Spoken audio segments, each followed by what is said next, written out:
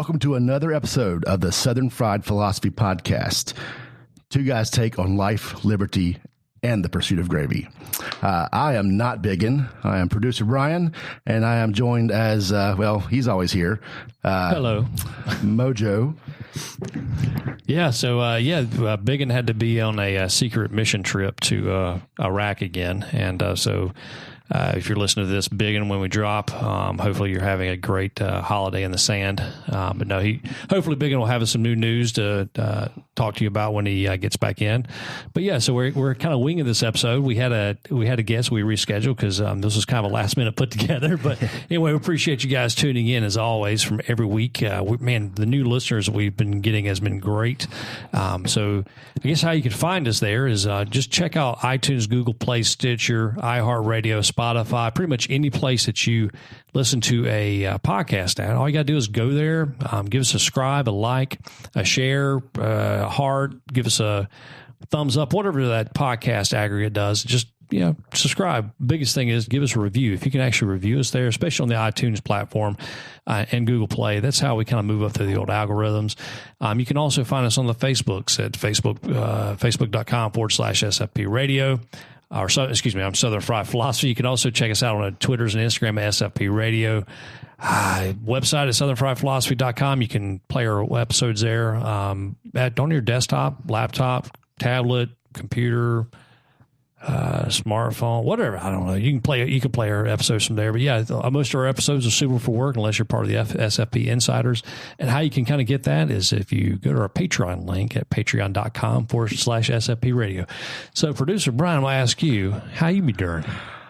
I'm doing pretty good. I'm not sure if you guys talked about this, but I had lunch at the original Whataburger today, like the North Carolina Whataburger, the real. Where was this Whataburger, Mooresville. I didn't know that was the original one. That's not the original. It's number 33 or something. 13.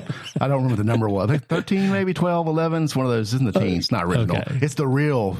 To me, Whataburger. That's what I was. No, they actually do a real good job there. I've been there. Yeah, Whataburger all the way. Cheeseburger all the way. Yeah, chili slaw, onions. Still not as good as the Whataburger in Texas, but this version does. But they've been around probably since the 50s, I guess. Yeah, the people in this place have definitely been around since the 50s. Some of these people, yeah, that's right. I'm not fond of the ones here in our local area. I guess they're probably all independently owned now, maybe, or franchised out or something. And they're just not consistent. And like the one in Mooresville has really good tea, chili, slaw. Yeah, it tasted like we ate there all the time. I grew up in Mooresville. Mm-hmm. So that's what we had like Saturday afternoon. That was lunch a lot of times. Was that, Cheer Limit Sunrise. So we ate there a lot. And that to me, when you talk about food a lot, but the classic Southern cheeseburger, that's it. Like that's the one. And what do you define classic Southern cheeseburger, especially for our international listeners, especially our buddy John Harris in Scotland? Yeah. So, all the way style in North Carolina. You say all the way? All the way. So I asked, I was with a coworker and he ordered before me and he just said, yeah, give me lettuce, tomato, whatever. I just said, I want it all the way. And she goes, because you want the chili, slaw, mustard, and onion. Mm-hmm. Well, that's the way the Carolina Classic that's from Wendy's. That's the only way it should come. Yeah, that's the quintessential Southern cheeseburger to me. It tastes like my childhood, basically.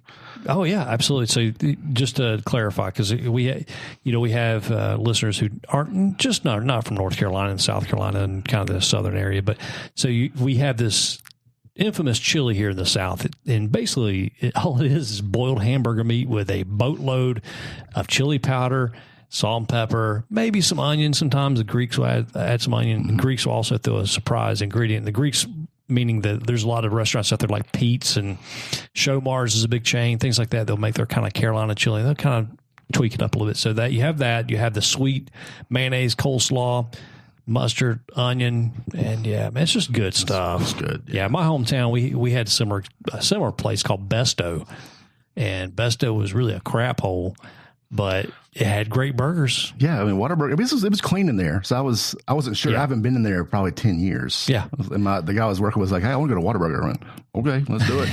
No, they do a lot of these old places were built late 50s, mid 50s, or late 50s, early 60s, I guess. And so there's a lot of age on for a building, and they don't update the interior too often. But like the Besto I went to, the owner's wife she made part-time floral bouquets for funerals. So it was always interesting seeing that in the window. You'd have like, I want a slushy and a cheeseburger all the way. And by the way, can I have some funeral flowers for my grandmother? I'm heading out to the funeral home. What does that do for your appetite? Man. But it's a part of the norm there. Yeah. So, yeah, Whataburger, I'm a big fan. They have fried pickles now, which is new. They did something new. So their onion rings are awesome. So the fried pickles are probably their first new menu item in 20 years. Probably. Yeah, probably. And they were great. Pretty good. Yeah. So I love fried pickles. Yeah. How you be doing?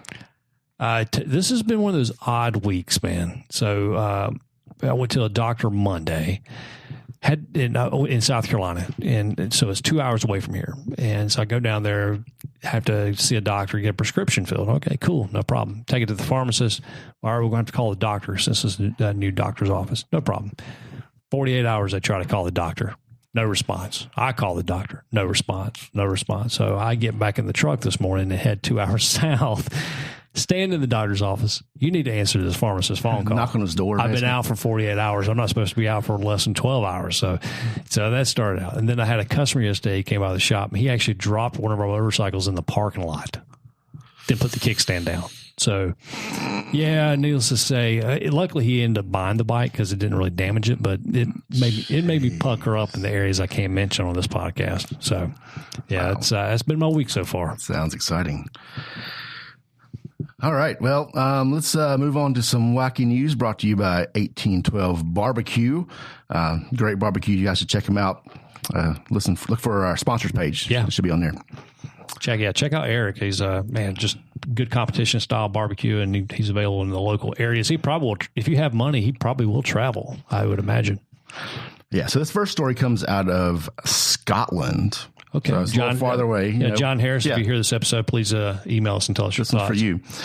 So this one just caught my eye when I was looking for it. It says a stuffed tiger caused a 45-minute police standoff at a Scottish farm. Do tell more details here. So apparently this guy saw a tiger on his property, and he was afraid it was going to eat his livestock. So he called the cops, and they roll up. And they see this, it looks like a tiger, and they don't know what to do either because it's, something you don't see every day. Yeah, in Scotland, I'm sure. Of course, yeah. I'd be less surprised if Loch Ness was standing out there trying to eat his cattle. Yes, I wondered just how realistic this thing looked. Probably not very. It's probably one of those cheap ones that you get from the fair during the fall. It lasts for about 10 minutes and stitches break. So it's probably one of those giant ones or something. But it was apparently, the guy says he was out there just staring at it, he thought it was going to attack his sheep or something before he could shoot it. So it took 45 minutes I guess it didn't move for 45 minutes. At what point do you go, it hasn't moved? Right. Can we sneak up on it? I mean, I wonder if the cops are armed. Because in the UK, I think, and actually in London and things, the cops aren't armed there. So I'm kind of curious. Yeah, I guess I would hesitate if I just had a billy stick or whatever. Some pepper spray. Yeah, go after. Wow. I wonder how realistic this lion would have been. I always go back to that just because, we make here in the South, we're pretty good rednecks at making fake decoys of ducks and deer and geese and other woodland creatures. So I'd be kind of curious how this tiger was. Yeah, so there's a picture of a tiger on this article, but that cannot be it. Okay. No, that's like a National Geographic. That's like the real thing right there. It was probably even purple or something like that. So probably just to hammer it home a little bit. Yeah, so I just jumped at him. Yeah, so John, if you read this, and it's actually one of your cousins, we'd like to speak to them. Yeah, so send us a picture of the tiger, please. Yeah. The 1812 barbecue story started over 20 years ago when Eric and his dad started entering local barbecue competitions for fun. During that time, Eric, a United States Marine, has traveled all over the world picking up flavors and techniques that today is the unique flavor of the award-winning 1812 barbecue. He has honed his craft to bring you the fall-off-the-bone pulled pork, the mouth-watering ribs, and finely crafted beef brisket. Eric has developed his own amazing dry rub and delicious barbecue sauce. And let's not forget those sides with the coleslaw, smoked Gouda mac and cheese, cowboy baked beans, and to top it all off, banana pudding and pecan pie for dessert. Getting hungry yet? Good. Call or email Eric at 1812 Barbecue, and he can make your next catered meal happen. Weddings, graduation parties, family reunions, and other events will be memorable with 1812 Barbecue. Want to try your hand at smoking meats? Pick up your own 1812 dry rub and start the journey for yourself. Shipping all over the world. Connect with Eric on his Facebook page, Instagram at 1812 Barbecue, or call 704-604-5148. That's 704-604-5148. And email Eric at eric.line@1812bbq.com, and he will be glad to help. Okay, so are you familiar with Pennywise, the clown? Yeah. From It? I know Biggin would appreciate this with his love of clowns. His love of clowns. Yes, this is for you, Biggin. Apparently, this lady in New Jersey had a toy. It's the It, it's like a cartoon It, floated into her backyard with some strange carvings in its forehead, and its mouth was like stained pink with like fake blood or something.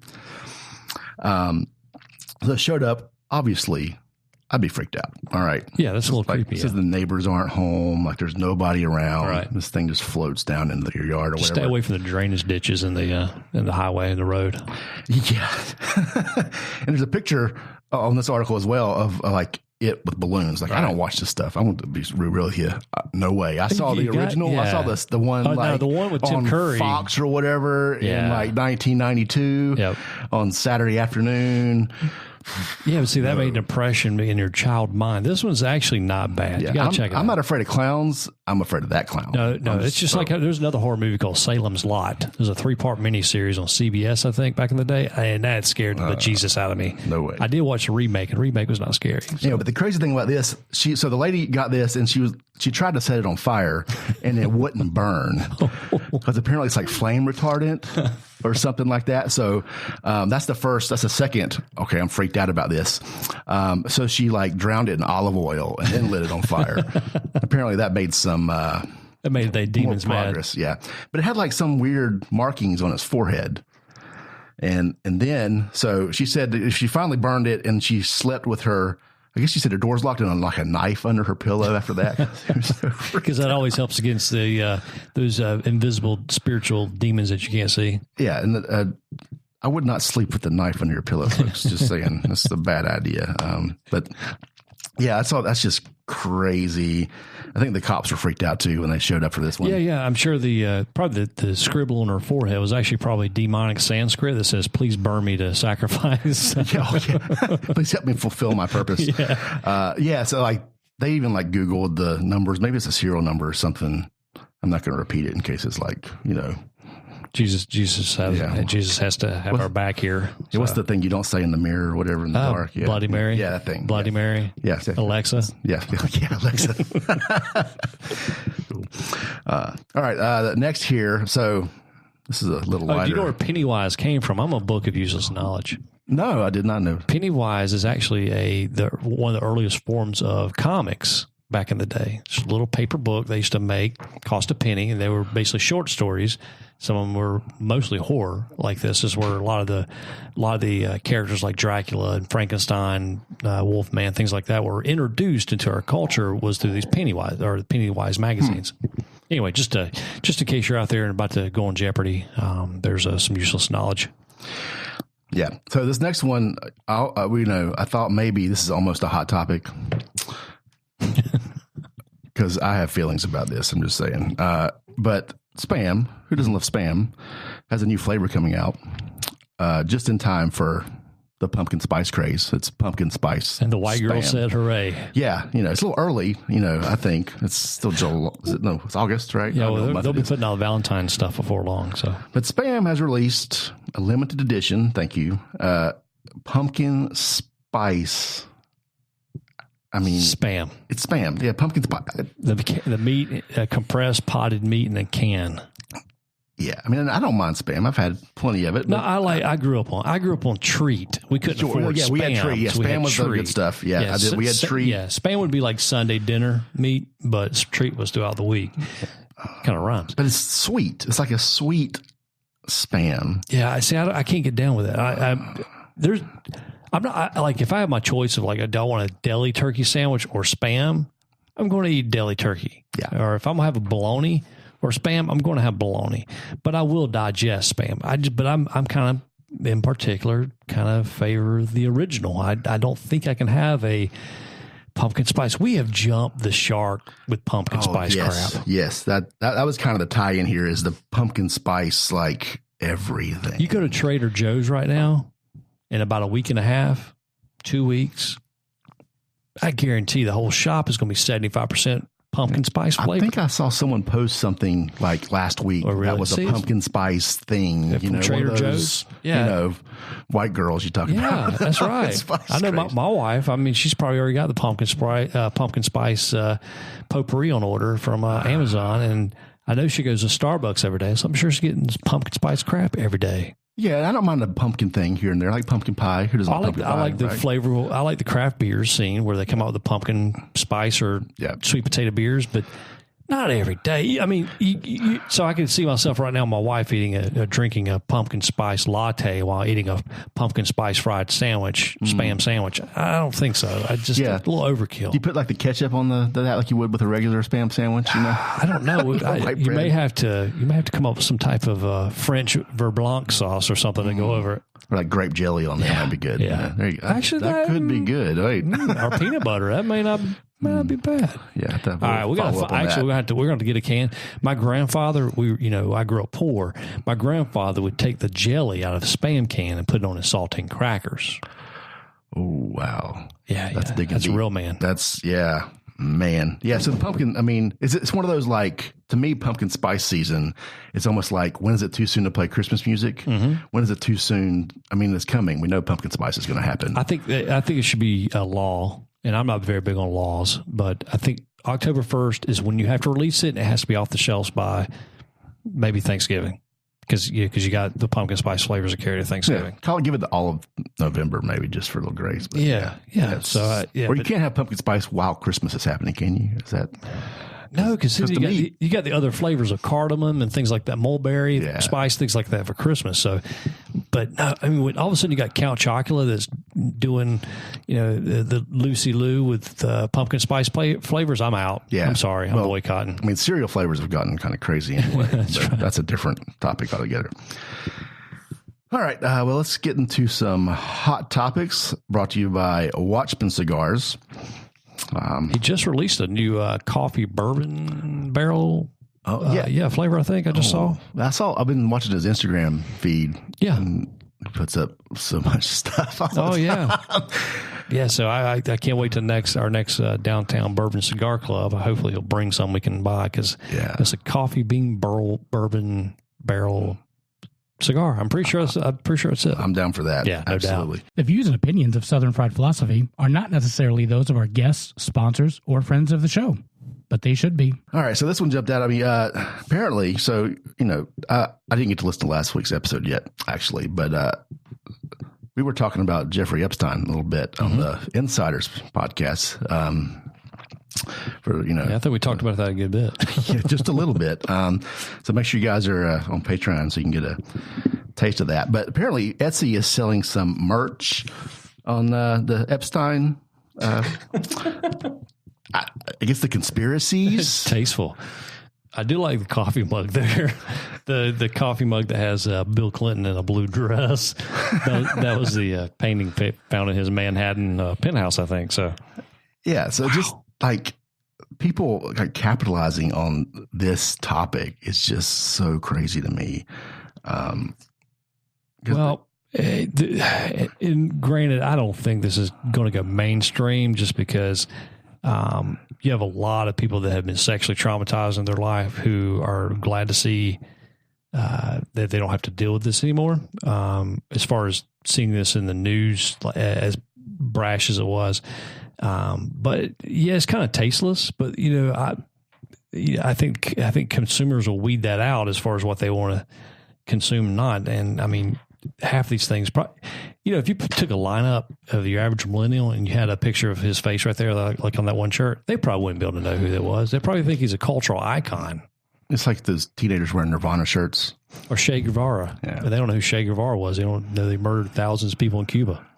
Yeah, so I think it's tasteless, but that's the reason why they're probably like there's websites where you can order like one T-shirt at a time. I don't think they went and ordered 10,000 shirts from China. Yeah, well, it's not like a Super Bowl loser T-shirt or something where you have 50,000 of them floating out somewhere. Well, what you do is you wrap those up and send them on a humanitarian aid package to like a foreign country. Have you seen that before? When they have the pictures? Oh yeah, like I forget who lost the Super Bowl this year, but they show up like a kid in Africa has got the Colts from 2006 or something. Yeah, and Colts had Colts weren't there, but yeah. Whatever it was. I've seen it 100 times. It just cracks me up. That's awesome. If you are in the market for a high-quality cigar for a very reasonable price, you must check out Watchman Cigars. Watchman Cigars is a family-owned business that puts the customer first with the best customer service in the business. Watchman Cigars offers the Habano for a full, spicy flavor, the Connecticut for a mild, easy-to-smoke option, and the Maduro for a strong, powerful experience. They even do specialty blends and partner with you to provide a custom exclusive line just for you. Watchman Cigars has all your cigar needs. Follow them on Facebook and Instagram at Watchman Cigars 1991 or email Leon directly at watchman_cigars@yahoo.com. That's watchman_cigars@yahoo.com. Or check out the sponsors section of our website. Now, this headline here, the headline is probably the best part.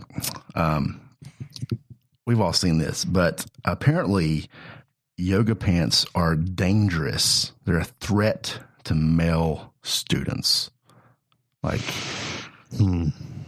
are people being like murdered with yoga pants? How dangerous is this? Well, if someone can hang themselves in a jail with a bed sheet, I guess with Jeffrey Epstein, I'm sure the yoga pants do. So I haven't heard of this conspiracy theory yet. So that could be this could be yoga pants in his cell. Yeah, that could be it. But I've seen a couple of different headlines come out here about just they're in the South specifically banning yoga pants as for different reasons, I guess. I've seen some. What are some of the reasons you think? Well, I think one of them said it was about. I don't think it was all about like form fitting. So it was just like, is it just appropriate for that to be in school for itself? But I saw Mississippi had something, and I know Alabama. I think this one here is about Alabama. I feel like it was a Missouri. Missoula. Is that the same place? I don't know.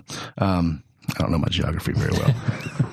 Starts with the M. It's got to be Missouri, right? All right. Yeah. So it's like it's this thing. They're everywhere. People start doing that instead of wearing, I guess, sweatpants. Are they more comfortable than sweatpants? More classy than sweatpants. Like classier? Are they really? Because you can see everything right there. But this one just got my attention because it said they're a dangerous threat. Basically, what they're saying is that boys can't resist themselves. That's my take from this. So, if I was a parent of a little boy and this came out, I would probably be a little offended that number one, that they're saying they're grouping all boys in some type this quote unquote rape culture that does not exist, and I would be kind of ticked at that. Number two is they're also saying they're basically putting the onus on the girls, and they're saying that the girls are guilty of flaunting and accentuating.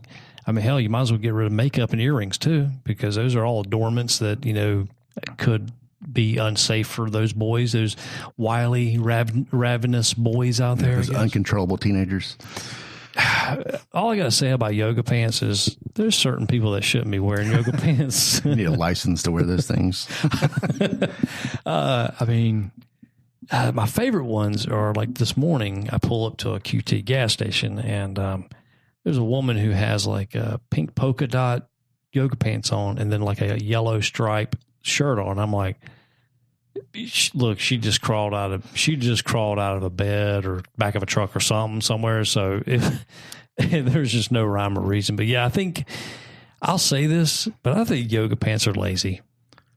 Yeah. I mean, number one, you go to the grocery store at around 5 to 6 when a lot of the women are coming home and cooking. That's not sexist. Just a lot happens in a lot of bedroom communities. A lot of women cook. But you see all the women in there getting tonight's meal, and they're all wearing yoga pants and some type of workout shirt or top. You know, all these women just did not come from the gym.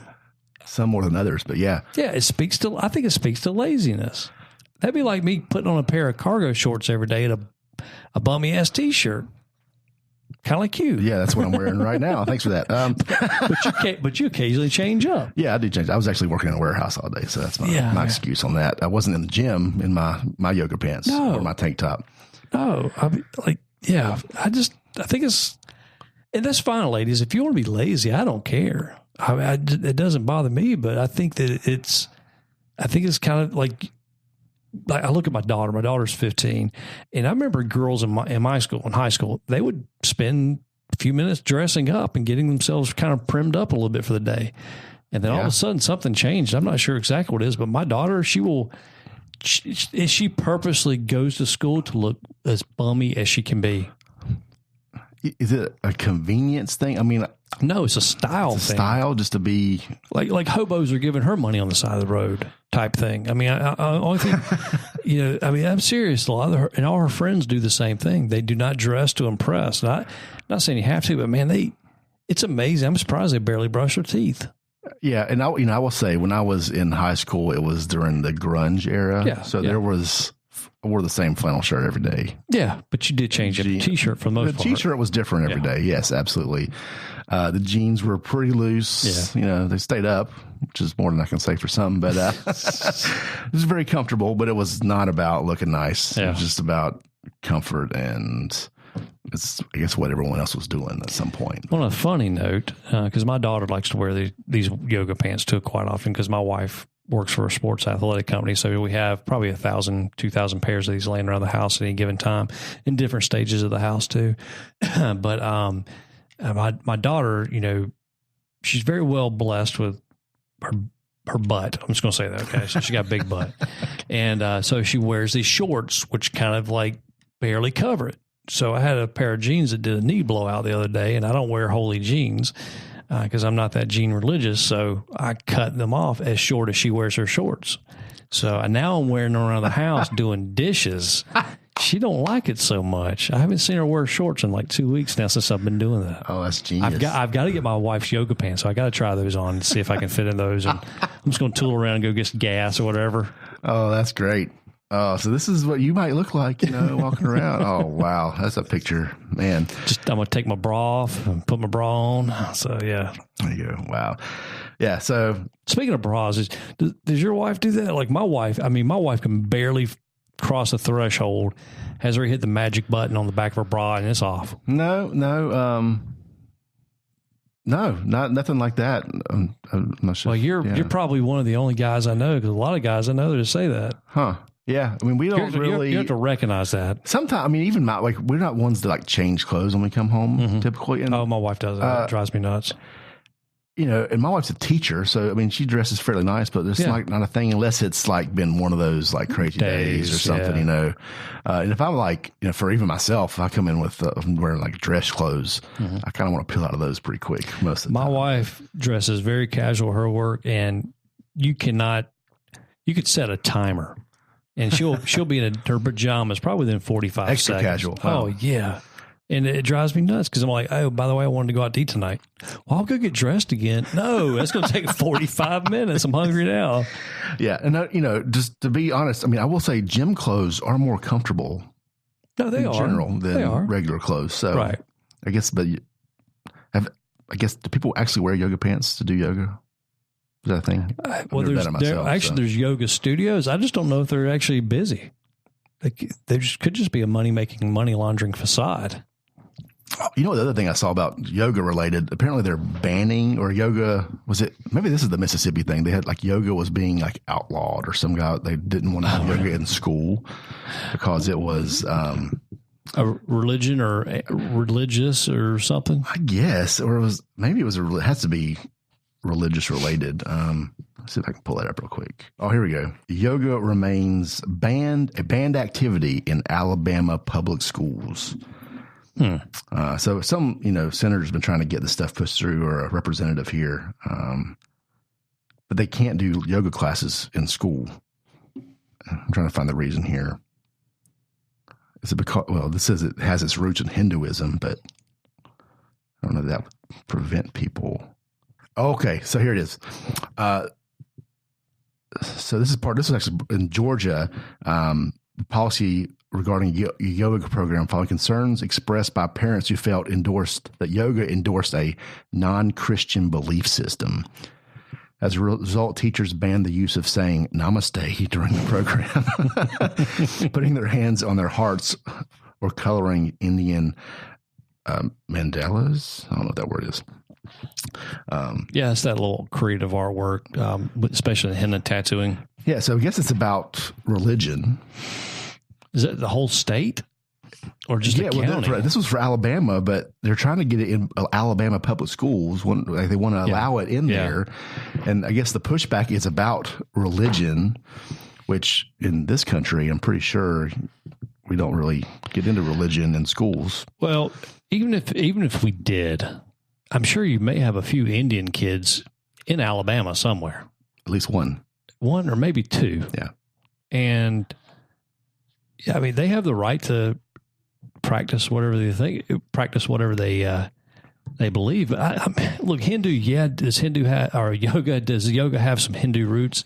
It does, but the form of yoga that we have now in the United States has nothing to do with cult worship or worship of anything of any deity or anything like that. It is literally it can be considered a meditation or a physical activity or exercise, but it has nothing to do with any type of Hindu religious practice, whatever you think. It's just these people like this that drive me nuts, because it's the same ones who try to lump everybody into the same basket. Anytime we have a conflict where there could be someone who is of Muslim faith, they try to wrap all 2 billion Muslims into the same pot and say they're all, radicals.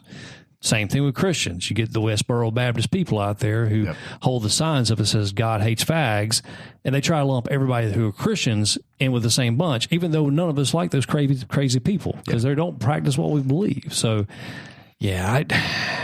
Alabama, come on now. You got to do a little bit more research here, because this has nothing to do with religious practice here. Okay, and just as a follow-up here, in addition to yoga, they've also taken away musical chairs, Duck, Duck, Goose, and of course, the worst one, dodgeball. This is CBS. So is CBS reporting from Babylon B? Maybe that could be. They've banned dodgeball, kickball. I know you can't pick teams for anything anymore. I'm not sure how you get on a team for a sport. Yeah, you probably can't do the lottery system. Yeah, golly. Yeah, I don't know. I'm glad I'm not a kid anymore. Thanks again, PC culture. Here we go again. Yeah. All right. One more thing I wanted to bring up, actually. I actually want to ask you a question here. Yeah. See if you can educate me, because I just saw a headline, and I'm one of the people you may say lives under a rock, because I don't keep up with some of this stuff. But can the U.S. buy another country? Is that a thing that we do? Is it a thing we do or have done? Well, we have done. Okay. Because if you remember the Louisiana Purchase. Oh, yeah. That was a country. I guess it was America still. Yeah. It was in this continent, in this northern American thing. I've been to Louisiana, so I don't think it's a foreign country. I didn't have to have a passport. Also, Mexico, the Texas-Mexico border, we did pay some money for that, and also the California Purchase. So we have made purchases that has been on the same continent. Of course, actually, Alaska. We did purchase. That's the farthest. But as far as Greenland. Number one, my question would be why? Well, apparently there's some uranium over there, is what I heard today. Well, we actually have our own uranium, which we sell to Russia. So I don't understand this either. Look up the Clinton Uranium One deal if you want to do some more investigative journalism on that. But so I understand Greenland has some natural minerals, probably uranium, but also probably has. I'd imagine some other minerals and things like that. But why would we want to go purchase another country when we can't even balance the budget here home side. That is, unless we just plan on imploding all of Greenland and extorting all of its minerals and everything like that to pay off our national debt, then I might, but I don't think that's our goal. Yeah, in fact, you're right. Greenland's the one that's like covered in ice, right?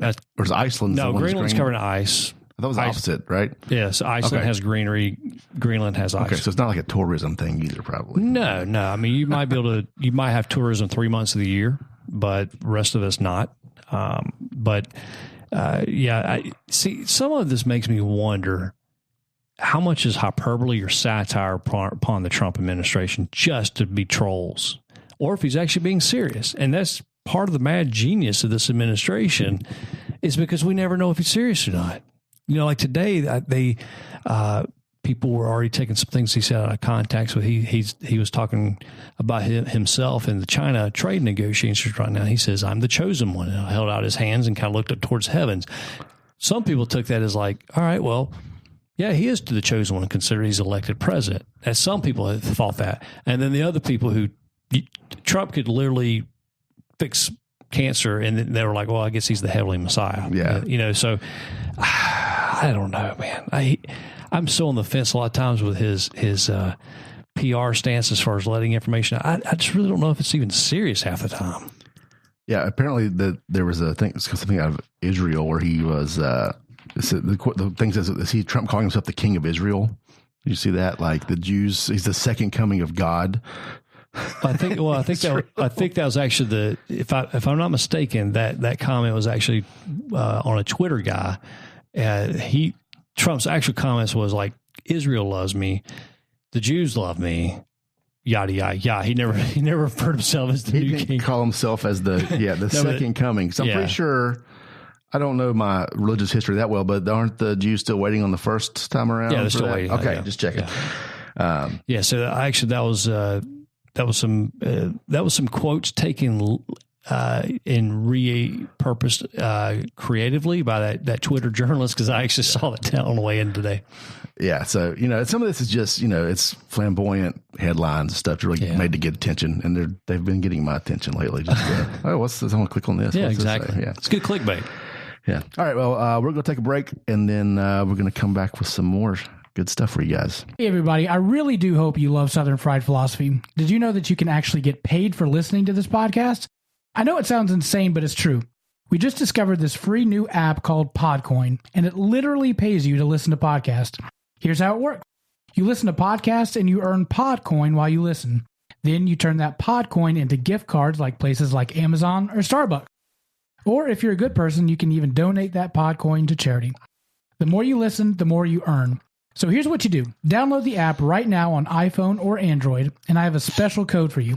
Simply use our code Southern Fried, and you'll get 300 Podcoin just for signing up.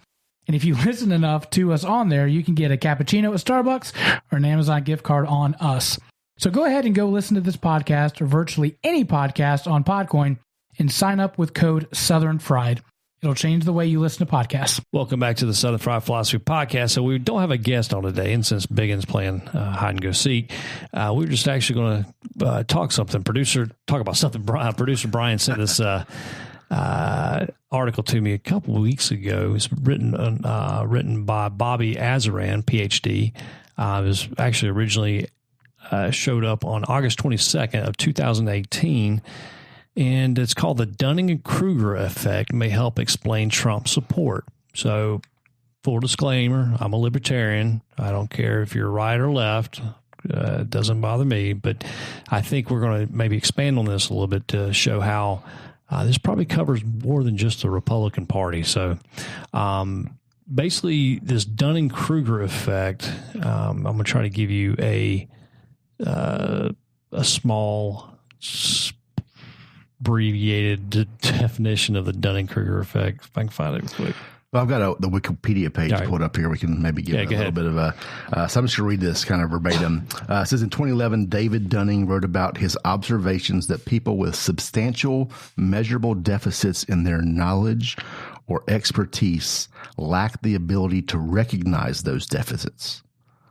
That's the kind of the punchline there. Therefore, despite potentially making error after error, tend to think they are performing competently when they are not. So if we apply, and basically how this is being applied to the political commentary here for this op-ed piece from this psychologist is that, in essence, voters are stupid. And in his poignant article, basically Republicans are stupid. Yeah, since they don't know what you think you know. Exactly. That basically, if you ask someone what Trump, or if you ask a Republican what Trump's policies would be on XYZ, they could not explain them. Or if, hey, these are some policies that he's made. Actually, they weren't, but they play the tricking game. So the Dunning-Kruger. Yeah, I think of Freddy Krueger. So the Dunning-Kruger effect basically just says that you have a cognitive bias towards whatever political leanings you may have. You have this cognitive political bias, and that is what probably has explained the Trump effect. Now, I think that possibly some of it could. I don't think every Republican out there is blindsided by his policies or lack of, or his view on those. Just like I don't think probably the average supporter for Bernie or Kamala Harris or Cory Booker or Hillary Clinton reincarnation version of it, whoever that may be, I just don't think a lot of people are engaged with their policies. They like the talking head, they like the voice, they like the cult vibe behind it, but they don't really get behind what they actually about the policies and things. Yeah, exactly. Some of it, I think, maybe, and this could take us down a rabbit hole with psychological studies here a little bit. But, I think some folks, maybe they just, because someone comes from an authoritative position, sounding like they know what they're talking about, you just assume they know what they're talking about, and you take it at face value, and you just keep sipping that Kool-Aid. Right. Or on the flip side, you could see someone who, like on the opposite side, you have like a Joe Biden who has been in the Senate and as a vice president, and he's been in some form of public service, quote unquote public service. Yeah. There's really no thing about service, but this public. He's been paid by the public. He's been paid by the taxpayers for a long time, and for 40 plus years. And they think that someone who must been there for 40 years must know a thing or two about the inner workings of our government, and that's not necessarily the case, because a lot of these people have spent 40 years doing nothing but collecting paychecks. Like our famous House Speaker, Nancy Pelosi, has been in the Senate for 30 years and is worth $100 million. Now, her adjusted inflation income this year, I think, is what, $249? Oh, wow. How do you get $100 million from $249,000 a year, even though she didn't make that much back when she first started? So, I think if I can encourage anyone this year when we're coming up, especially if you're voting in the Democrat primaries, when they finally narrowed down the field from 27. Oh, by the way, John Hickenlooper just dropped out. And I didn't have time to do it in memory of him, but that really didn't matter because no one really knew him anyway. But John Hickenlooper actually dropped out of the race. He was the governor from Colorado, and I'm kind of surprised. I would have never voted for him, just because we have some different issues on fiscal responsibility and abortion. But John Hickenlooper was the only one who talked a little common sense. He was actually lambasted by his own Democrat Party in the primaries when they kept saying that he was too middle of the road. He was not radical enough to the left. Bernie specifically referred to him as, we have no time to be middle of the road with like this guy. Oh, man. See, to me, I think that's what is needed, is some middle. I know it's going to lose. Everyone thinks you have to be radically against what Trump's doing to win. You have to be the complete opposite. Right. And then he gets to inject himself into your rhetoric, basically, as the opposite of what you're saying. And it just becomes polar instead of coming. It'd be an interesting study. If, for example, this Dunning-Kruger effect, and apply it to the Trump derangement syndrome, because, it's interesting how we are, with a small hiccup of the stock market last week. Now it's rebounded some, but we've been our economy is hot. We've been tearing it up. Some people have benefited more than others. I'm not saying there's 100% employment. I'm not saying there's 100% employment, but we're tracking. There's still a negative deficit of jobs out there that people are still looking to fill. I mean, so we have a hot economy right now. Try to find a house in the Mecklenburg, Charlotte County greater metro area. You can't find a house. They last on the market for less than 14 days in some areas. So, wow. I don't know. I mean, I would just, it'd be interesting to apply this same aspect to people on the radical left who have this Trump derangement syndrome where he cannot do any good. Yeah. I'd be kind of interesting to see if that study would hold true on that too. Yeah. If he stops it, same. Yeah. So what, I mean, these folks, what do they actually know about the political system, you know, that are making these calls or say they're making these decisions? That's what this is about basically is, in the study, from what I read, is they would ask folks, to kind of say, what's your expertise level on this subject, and then estimate how you're going to perform. Expert level 100. Yeah. And the people with the least amount of knowledge about the subject would overestimate their ability to perform the task that was being asked for them. Sure. And the folks that had the most best chance of actually doing well underestimated how well they would do on the content, essentially. So it was just fascinating. I'd like to see their pool of questions they asked, or, you know, they had in the study, or the criteria for the study. It'd be interesting to see how they gauge the metrics on this. Yeah. And this study, I mean, the original study was not about politics. It just got applied. This guy, I guess about a year ago, it just came into my, saw it recently. I honestly believe cognitive bias has a huge part of how society rolls to this day. I mean, if you look at from sports teams, because people love hopping into the boat of something. Oh yeah. I mean, like bandwagon, for example, if you ask my buddy who's a Pittsburgh Steelers fan, diehard true and through, if you said, "Hey, all right, I Steelers don't make it this year, go ahead and cheer for the Ravens." Oh, he would cut you. That's not going to happen. And we do that with our candidates and our parties too. Yeah, and the Steelers are a special case with that, I think. Maybe. But I mean, you look at the most radical wings of our entertainment society and things like that. Like, you have people who are dedicated followers of a certain band or an actor or actress, and they'll watch all the movies with them. But if there's a competing person that maybe have been a villain starring with them in a movie, may not watch that character in another movie. I mean, people get so hung up on this where they get stuck in their cognitive bias. Yeah, and that actually reminds me of something that came up recently this week. So Instagram, I don't know if have you seen the terms of service hoax or whatever? Yeah. That pops up every. Oh my gosh, it's once a year. It's annual. It's school time. I guess August every year is when this comes around. But I just happen to see I follow your favorite guitar player, John Mayer, on Instagram, and he's an amazing guitarist. He's a great guitar player, super talented artist, funny dude. Anyway, I just saw I couldn't see the actual post, but it was like that. Dear Instagram, you can use my stuff.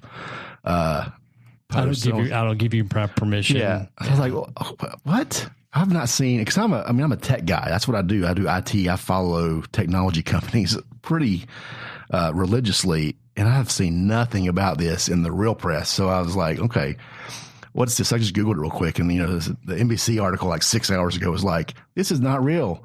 Stop doing this. These celebrity and famous people are being conned into typing this stuff out. But it's that kind of, you see that guy doing it, or someone like that you follow or you have special feelings about, and you think, oh wow, this must be real because John Mayer did it. That's right. And he must know he has people, right? So he wouldn't be able to do this if someone didn't tell him it was okay. No doubt. No doubt. So that kind of ties into this a little bit, I guess. But so this happens. I see this so often on Facebook, especially because older people, they automatically assume that if it pops up there on, the friend says, hey, don't share this. You got to copy and paste it. I think that's part of it. But basically, it says notifying Facebook that they do not have permission to share their likeness or images or statuses, and also keep them free of being reported to the government. You can be they can use this as a evidence in your future trial for This was actually from the former governor Perry, who is now our energy secretary. He actually shared it on Instagram a couple of years ago. It says, "Don't forget, tomorrow starts the new Instagram rule where they can use your photos. Don't forget deadline today. It can be used in court cases if litigation is held against you." It's not even proper English. Everything you've ever posted becomes public from today, even messages that have been deleted or the photos not allowed. It costs nothing for a simple copy and paste. Better safe than sorry. Channel 13 News talked about this, and that's where they kind of add the legitimacy to it, throwing in a news agency. But so, if you're out there listening to us and you've shared one of these in the past, don't share it. There's, if anything wants to spook you out, I guarantee there's some algorithm with Instagram or Facebook. They have this certain phrase plugged in, and they can probably pull up and see how many users have actually shared this or copy and pasted this material. Oh, yeah, absolutely. There's a hashtag, I'm sure, attached to it anyway. Oh, probably so. Yeah, probably terms. So, yeah, I mean, I guess if I was to be worried, someone would be prosecuting me for like making ribs or something, because that's the only pictures that are on my Instagram. That's some good looking Instagram pictures there. Yeah, exactly. Yeah.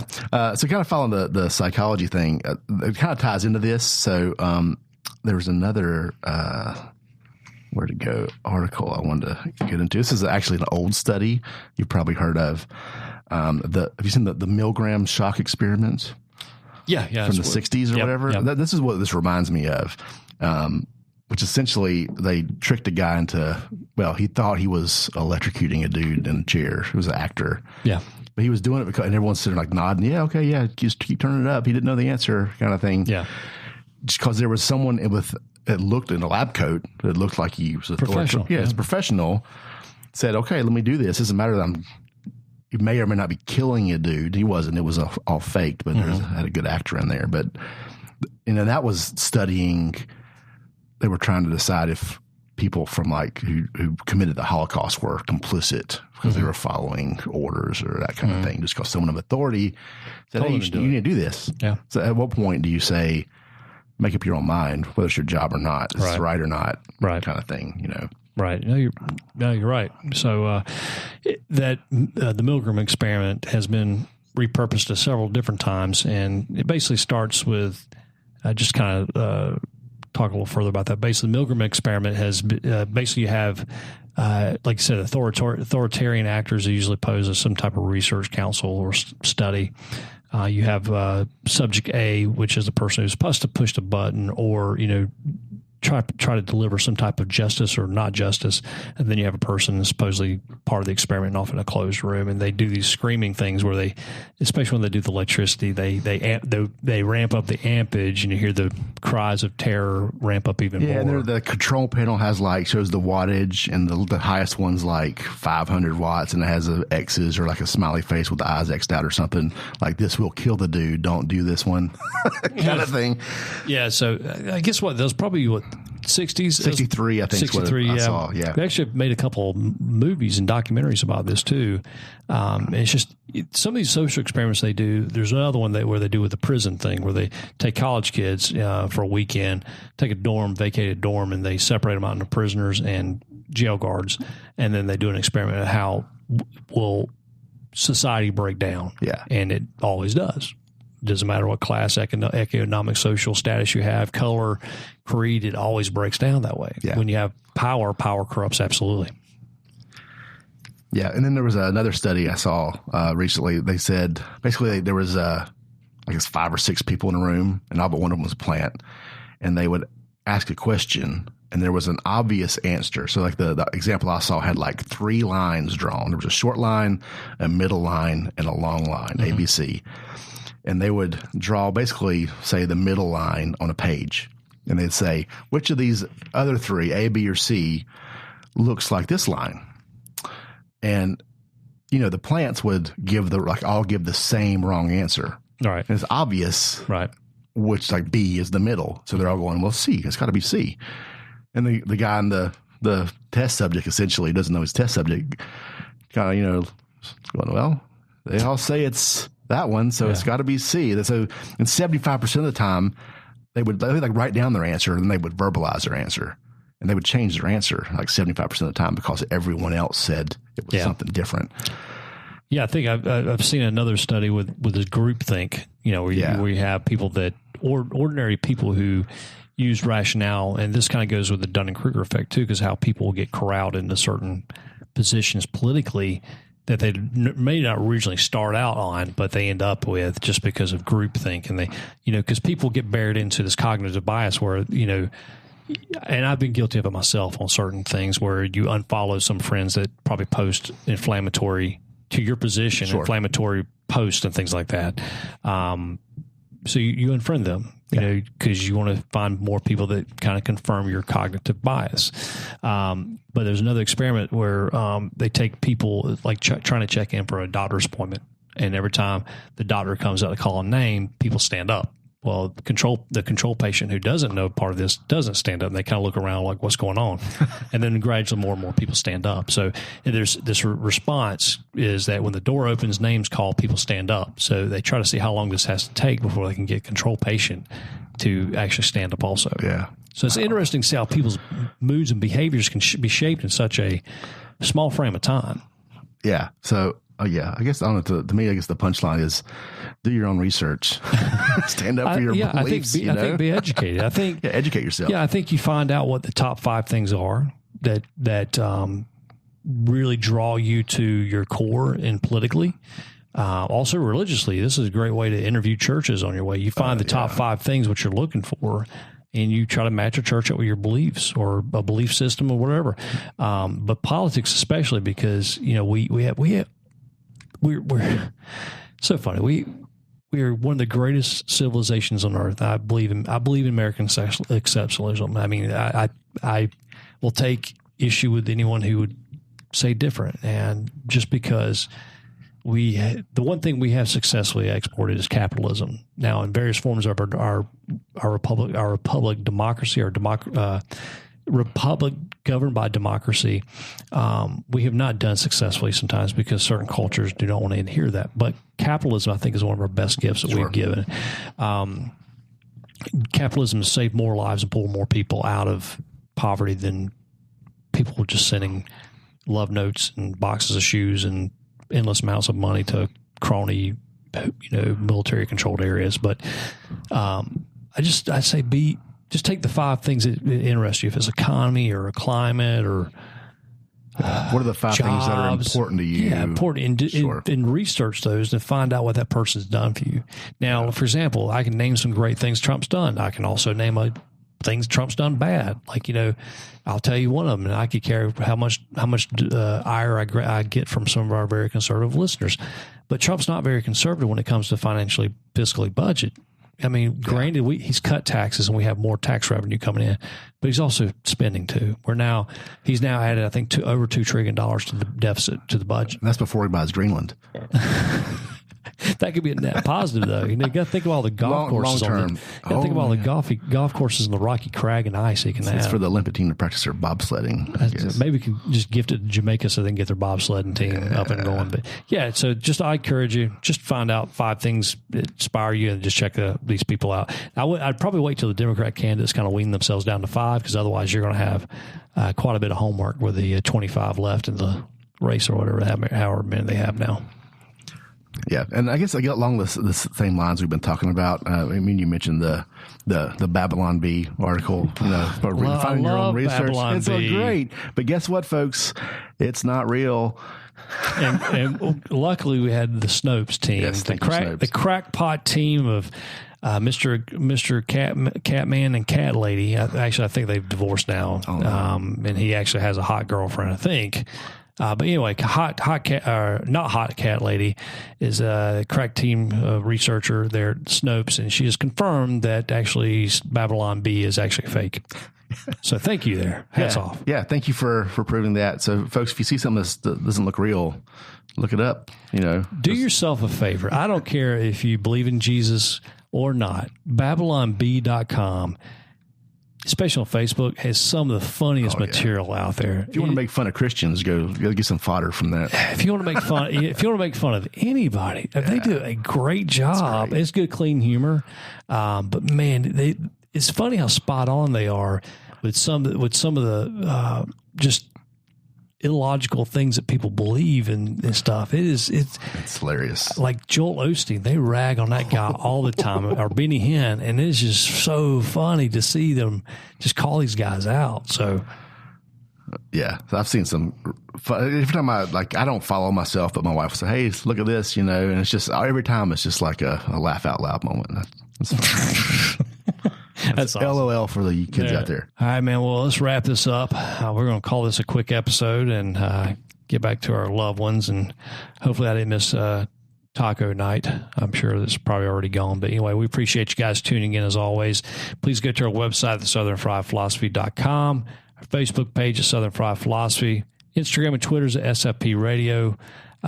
Also go to our iTunes, Google Play, Stitcher, iHeartRadio, anywhere that you listen to your podcast. Go there, give a subscribe, a like, a share, give us a review. That's how we move up in the old podcast algorithm. Also, Podcoin. That's kind of one of our new favorite podcast aggregators that we've been kind of listening to. That actually pays you to listen.